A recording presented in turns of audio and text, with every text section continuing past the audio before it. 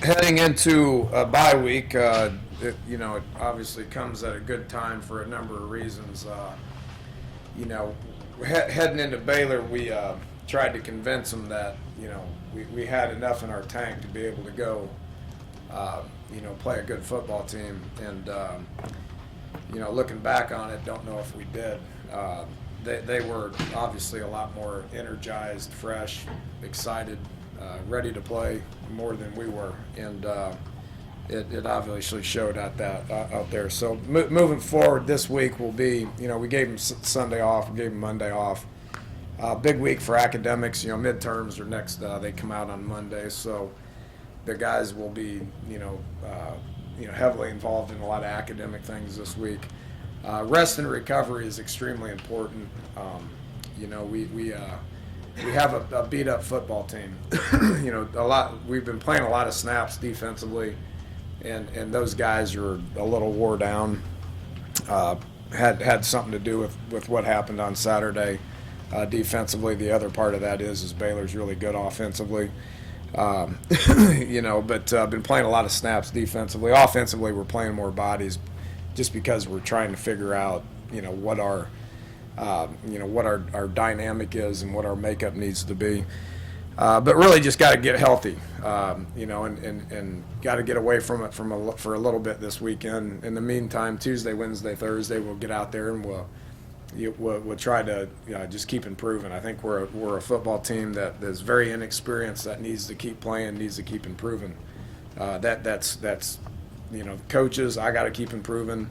All the assistants, the continuity within the all three sides of the ball, coaches wise, needs to keep improving. Obviously, the players need to keep improving, and then just the what we're seeing on the field, offensively, defensively, special teams needs to keep improving. Take this week, rest, recover, re-energize, get yourselves ready to get back here on Monday, and prepare yourself to play a good Texas Tech team.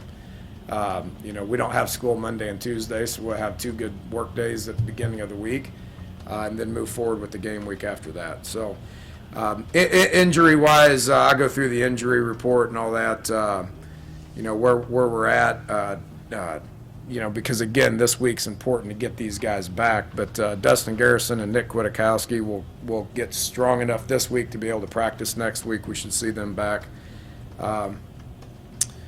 Ricky Rumpf left the game with a foot that he couldn't play. He'll take this week and get healthy and be ready to go next week. Quentin Spain left the game with a concussion. He'll be clearing this week and be ready for practice next week. Ivan McCartney missed the game with a concussion. He'll be cleared this week and be ready for full practice next week. We'll rest Clint Trickett this week. With that shoulder, we're going to give him the whole week to rehab it and get it and strengthen it to where he should be 100% next week. Don't know if that's going to happen for sure, but we'll give him this whole week off and let him rest and let him strengthen that shoulder to hopefully get him back on Monday. Ford should be stronger this week than he was last week. He practiced some last week. I didn't feel like he had practiced enough, or his shoulder was his pec muscle was strong enough to be able to take the reps in the game. So we went with Paul instead of him. But he should be stronger this week and even stronger next week, to where he'll be strong enough to play and practice after. We'll see. Wes Tonkery's got a thumb. I think he broke his thumb. He's seeing doctors today. He'll be out this week. I don't know what his status is for next week. Mario Alford's got a shoulder. We'll probably keep him. He didn't play in the game because he had a shoulder, so he needs to continue to strengthen that this week. How much he can do, I'll find out today. And I believe that's it. So that's where we're at injury-wise. And again, there's a lot of college football. Everybody's dealing with the same thing that we're dealing with right now. You got to deal with it, but you got to take this week and you got to regroup and you got to get healthier, which I fully expect to do that. Get the guys back on Monday, and be prepared to have a great week to prepare for Texas Tech. So with that, we'll take some questions. Dana, you say that Trickett's basically just going to be given the week off and hope that he's 100% by Texas Tech. And that seems to me, and from what you've said previously, that he is your quarterback, and there's pretty much no question about that. Is that true? Not prepared to say that because I don't think Ford did anything to flat out lose the job. So we're talking about, and it's a dynamic I don't like, and it's a dynamic that is not beneficial to your football team, beneficial to your offense when you're having an offense that's got so many new parts, so much inexperience. It's not the way I want it to be. But the reality is we've played 6 games and we've had 3 quarterbacks start 2 games each. So they're all guys that just haven't played very much, and you know that for whatever reasons they whether it's injuries or how they've practiced or how they've played in the game, we just got to keep evaluating them. Okay, now Clint played really well against Oklahoma State, played very average against Baylor. Whether it was shoulder, whether it wasn't a shoulder, I don't know. I haven't coached him long enough to figure it out. I do like his grit, and I do like how he toughed it out, and he got out there and he played through it, and it was a challenging environment and a challenging situation that he didn't just turn it down. We're really happy to see that. Have liked Ford's mentality. The guy just tore his pec muscle. It's not anybody's fault. He's just got to let it heal, and then he's got to get out on the practice field, and we got to see how he continues to progress.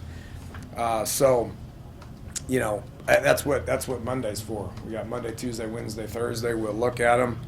I will go with Clint unless Ford does something in practice, and then we'll go from there. At any point in your career, have you dealt with an offense like this? So many questions at the midway point, so many moving pieces. No, I haven't. It's we knew we were going to be a work in progress. Everybody knew that. I knew it. Y'all knew it. Our players knew it. Everybody knew it'd be a work in progress. We wanted it to come together quicker. I wish I was sitting here after 6 games saying that we know who we are, we know where we're at, and we know where we're going, but that's just not necessarily the current situation. I don't think it's anybody's fault. It's just, we've played some pretty good teams. We got a lot of inexperience, had some injuries that we got to deal with. We're dealing with a lot of the same stuff that a lot of people across the country are dealing with. So what you got to do is you got to line up and you got to try to figure out what you can do to get better every day. We got things that we can work on today that we did wrong on Saturday, and that's what we'll do. We'll go out and we'll work on them and just try to get better at a couple of things each and every day. That's what our whole team needs to do, and that's what we'll do offensively. You can see some things happening that shows improvement. Whether y'all want to believe that or not, you can see some things that's showing improvement, not to the level of consistency that needs to exist to be a functional offense to where you can win some games, especially in a game like that. That game was, similar to last year's game, other than the fact that offensively we weren't able to make those plays downfield. Last year we made those plays downfield, and it ended up a 70-63 game. This year we were just not good enough to be able to make those plays consistently, and we knew if it was going to be a shootout, we were going to be in trouble. What are those things? The things that we might not be seeing, the improvements that you picked up on? I don't know, just guys understanding what to do, getting better at their technique. Our guys are playing with effort. They care. They're trying. There's just a lot of it's as simple as Pat's the new center. So the snap is a little off at times, which affects the timing of a run play. The backs can't hit it, because the timing's all screwed up. We got a quarterback that's trying to throw a post route to 5 different guys that he's never thrown post routes to. Well, based on how fast the receivers are and the relationship that exists between the quarterback and that specific receiver, that ball needs to be thrown differently according to who the guy is. It's just stuff that when it happens in the course of about a second, plus you're getting pounded, that's just hard to it's hard to do. Last year it was Geno to Stedman on those 5 post routes that were touchdowns was a lot easier because those guys have been doing that together for the last 8 years.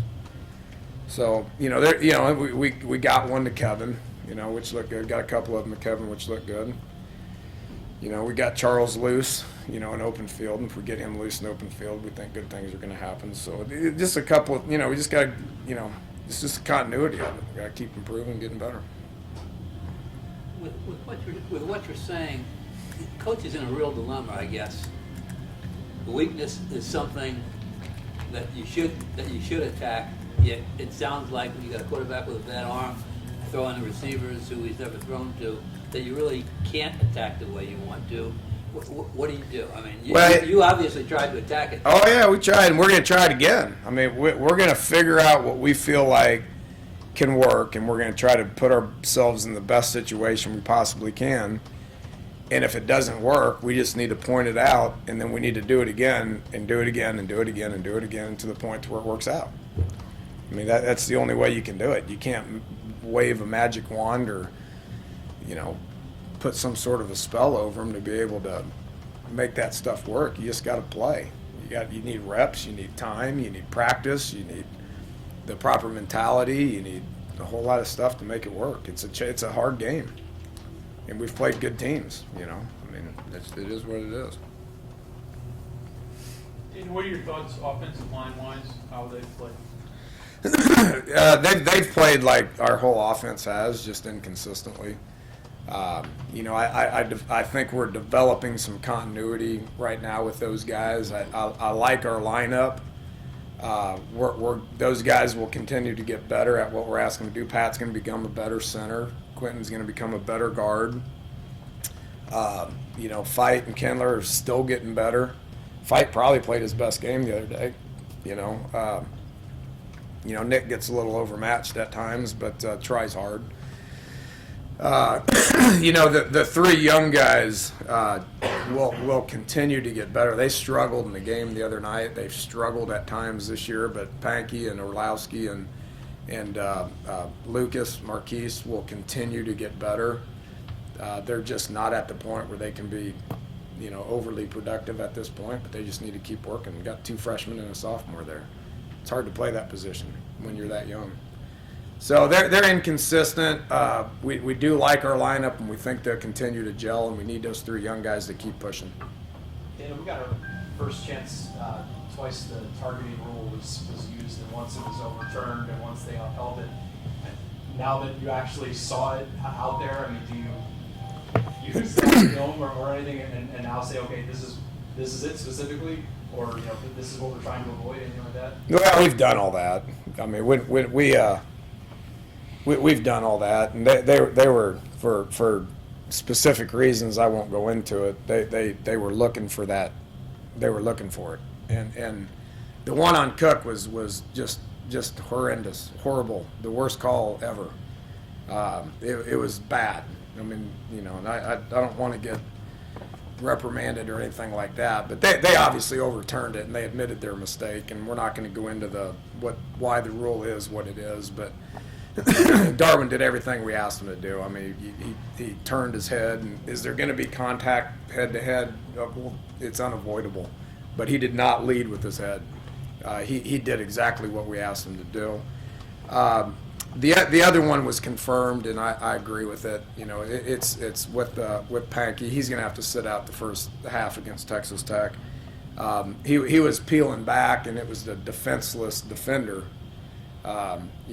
He was running to get the quarterback, and he didn't see the old lineman come. And Adam's a big person, and he came and he hit him, and he wasn't malicious with it. He hit him, and it was head to head. So you got to turn your head, and you got to hit him with your shoulder. Dana, the way you guys are working on the offensive line this year, it's more man stuff, more physical, right? I don't know, is to take different bodies or a different approach, and are you guys there to be consistent with? Is that one of the things, like the period of adjustment just hasn't existed? I don't really understand the question. Like physicality, right? That seems to be what Ron really likes. It was a little bit different than what you wanted to do. Yeah, we're going more at him. Are you guys where you need to be there? Are we there yet? Good enough. How's that? Yeah, we're good enough. We're not good enough. I mean, there's been a lot of things that are targeted properly, and our pad level's been good. and we're coming off and we're doing some good things. We're improving on that. Is it a winning formula at this point? It's hard to be good at just lining up and running the ball at people. If you want to compare it to a winning effort, then look at what Baylor did. And what they did was they came off the ball and they established the line of scrimmage 5 yards downfield. What we did was okay, but it wasn't a dominating performance to be able to do what they did. I mean, it was night and day.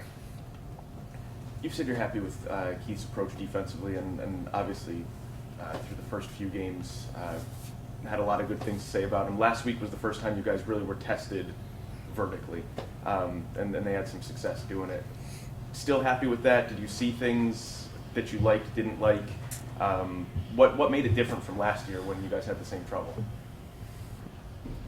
We reverted back to a lot of the stuff that happened last year. I mean, when we got down 21-0, and we knew the environment was what it was, and the situation was what it was. A lot of guys hit the panic button, and